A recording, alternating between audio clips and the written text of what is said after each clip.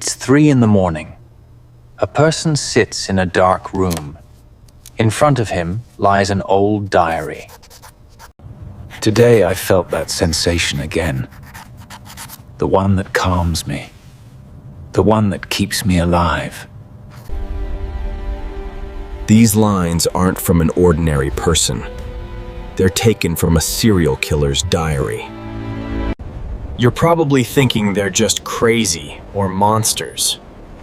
But most of them were once ordinary people. They went to school, played with friends, and sat at the dinner table with family like everyone else. So what happened? At which turn did their lives take such a dark path? Today we'll enter that deep, dark corner of the human mind where usually no one wants to go. But this journey isn't just to scare you. It will teach us to understand the human mind. And most importantly, how we can help people around us before they get lost in darkness. Let's begin with a story. America, 1960. A boy was born in a small town. Let's call him Ted. Ted was good-looking, articulate, and a good student at school. Everyone liked him. But what happened inside Ted's home, nobody knew. Ted's father was extremely harsh. He would get scolded for the smallest mistakes. His mother always stayed silent. She never hugged Ted and never said, "I love you." Ted kept growing up. On the outside, he was cheerful, but inside there was an emptiness.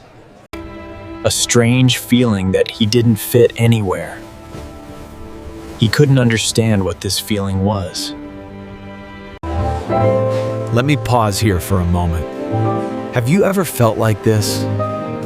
That you can't fit in anywhere? That nobody understands you. This feeling is actually very common. We all experience it sometimes. But the difference is most people manage to handle this feeling. Maybe they talk to a friend. Maybe they find a hobby, or maybe they see a therapist. But Ted had no one. And he didn't know how to express these feelings. He kept everything bottled up inside. Psychologists say 3 things are needed to create a serial killer. It's called the Macdonald Triad. The first is cruelty to animals in childhood. The second is bedwetting until an older age. And the third is an attraction to setting fires. Sounds strange, doesn't it? Actually, these are symptoms. They tell us this child has tremendous rage and pain inside them. And they cannot find any normal way to express it. Ted had troubling behaviors as a child. He knew it was wrong but felt a strange peace afterward, as if the pain inside him stopped. In psychology, this is called power and control. When a person doesn't feel any control in their life, they want to take control over something else. It gives them a false sense of being powerful. Now let me say something important. Many of us feel anger. Many of us sometimes want to hurt someone. This is a normal human emotion. But why don't we act on it? Because we have empathy. We can feel others' pain. When we see someone crying, and we feel something bad inside us too. But most serial killers don't have this empathy, or have very little of it. They feel nothing when they see others suffering.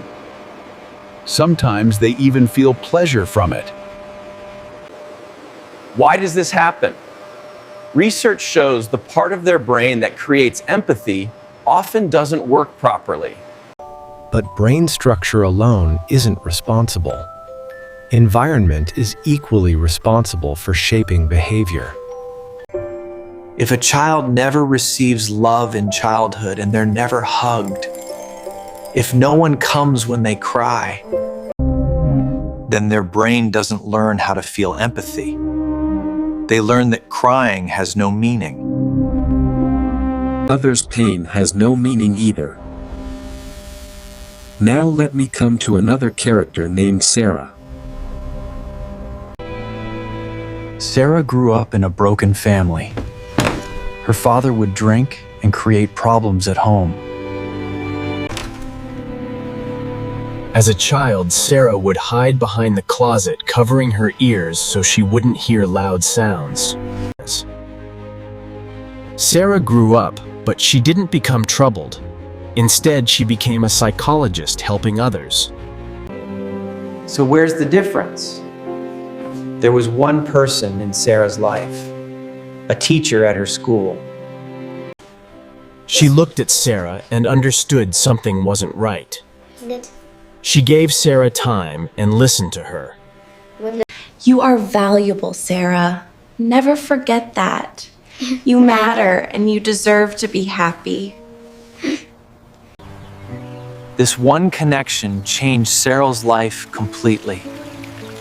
There's a big lesson here for us. We don't know what battles people around us are fighting. A small, kind word can change everything. Giving a little time and listening with attention can change someone's life forever. Now let me come to a deep aspect of serial killers' minds. This is fantasy, or imagination. Most serial killers imagine their crimes long before they commit their first one. They nurture these fantasies for years. First, maybe they just think about it. Then maybe they write. Then maybe they draw pictures. There was a serial killer named Edmund Kemper. He wrote in his diary about his dark thoughts. The fantasies became so powerful in my head that I couldn't keep them as just fantasies anymore. There's an important lesson here for us. We all imagine things. It's a natural human process. But what we imagine is important. If we repeatedly imagine negative things, it slowly affects our mind.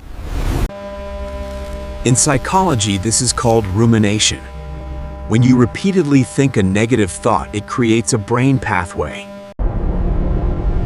The more you travel that path, the stronger it becomes. So what should you do? Whenever a harmful thought comes, challenge it.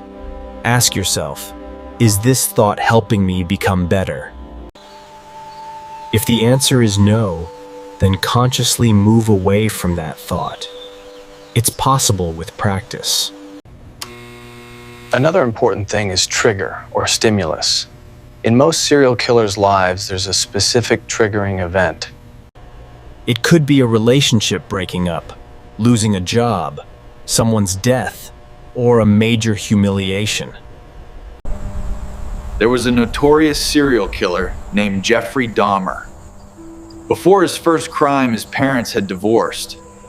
He was alone in a house with no friends and no support system. There's a lesson here for us. Difficult times will come in life. Relationships will break and people will leave. Failure will come. But during these times, we need a support system. Family, friends, and therapists who listen. Someone to whom we can open our hearts. If you feel alone, please seek help from others. Call a helpline or go to a counselor. Being alone is dangerous for yourself and others. Now let's come to a difficult question. Are serial killers born bad, or do circumstances make them? The answer is both. Research shows some people have genetic differences that incline them toward violence. But having this genetic tendency doesn't make someone a killer. A neuroscientist named James Fallon proved this. He scanned his own brain and saw it was like a psychopath's. But he didn't become a killer. Because he grew up in a loving family. His parents loved him and gave him time and listened to him. This proves genetics doesn't determine our fate. Our environment, relationships, and choices are equally important. Now let's look at ourselves for a moment. Have you ever felt so angry, you felt like exploding?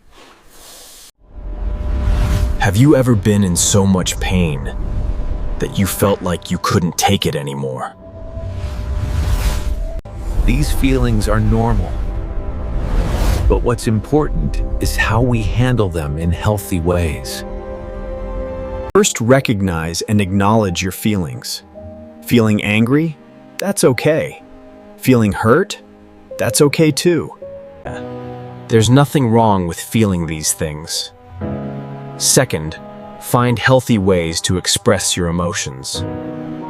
Talk to someone, write your thoughts down, exercise regularly, or create art that expresses your feelings.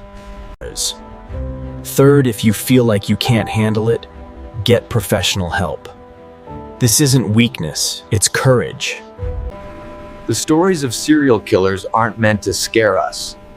These stories teach us how complex the human mind is. These stories remind us there's a story behind every person. Maybe that story has pain and neglect. These stories tell us how important it is to be a little kinder to people around us. A small act of kindness can change someone's life forever. Before I finish, let me share some practical tips. If you or someone you know seems to be having unusual thoughts or behaviors, don't delay getting help. Remember, mental health is just important as physical health. Never ignore the warning signs. If you're a parent, show love to your child. Give them time and listen to what they say. Just providing food and clothes isn't enough. Emotional connection is what children truly need from parents. If you're a teacher or in contact with children, and learn to recognize the warning signs early. If a child hurts animals, or is unusually aggressive, or wants to be alone, don't ignore these signs. And most importantly, take care of your own mental health first. When you're well, you can help others. Remember, both darkness and light exist within all of us. But which one we nurture is our decision. We all have the power to choose light over darkness every single day through our actions.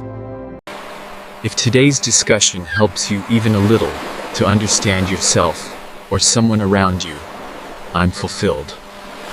Take care of yourself first.